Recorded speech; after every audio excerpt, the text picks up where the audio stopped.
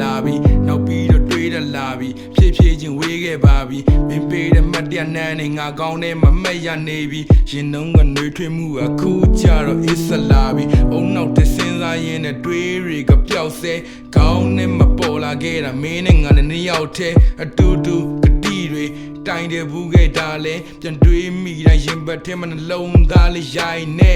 အဆိုင်ကတခုလိုပဲဘလို့မှကမချေဖြတ်နိုင်အလွမ်းနေတဲ့မှာချော်လဲပြီးတော့ငါရောထိုင်ပေမဲ့လဲဘလို့မှကိုငါထားမြမင်းပေးခဲ့တဲ့တန်ရာတွေနဲ့ပြစ်စုံပန်တာငါဘဝ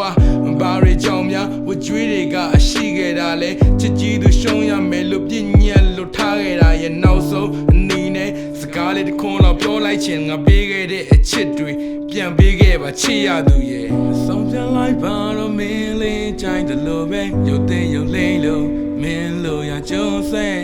ဘုံနေတဲ့မြေတရားဆုံးဖရန်ဒီပွဲမှာမင်းလေးကြိုင်လို့ဆုံးဖြတ်ရုပ်တော်များနိုင်တဲ့ငါရဲ့ချစ်တွန်းမှန်တိုင်းပြောရရင်မဝေးခြင်းမူချင်းလျက်ဟိုတိတ်ကိုပြန်ပြီးတော့နှုတ်ဆက်ငါဆိုရမင်းတွန်း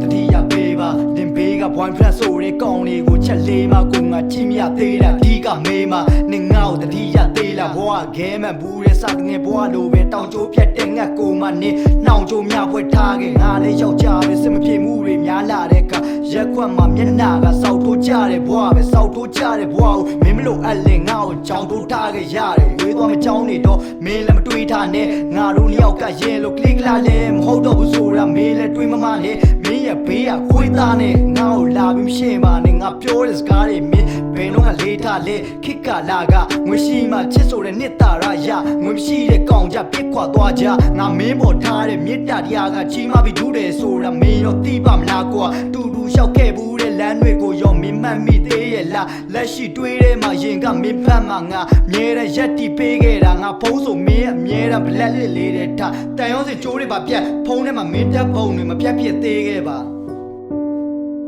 နေတဲ့အကောင့်နဲ့ပါတယ်ဘာလဲငါဘာလုပ်နေလို့လဲနင်တို့ဘယ်ချီလန်းလန်းနေဆိုငါသိတယ်နော်အဲ့လိုစောက်ဆံမရှိရင်တော့ဆက်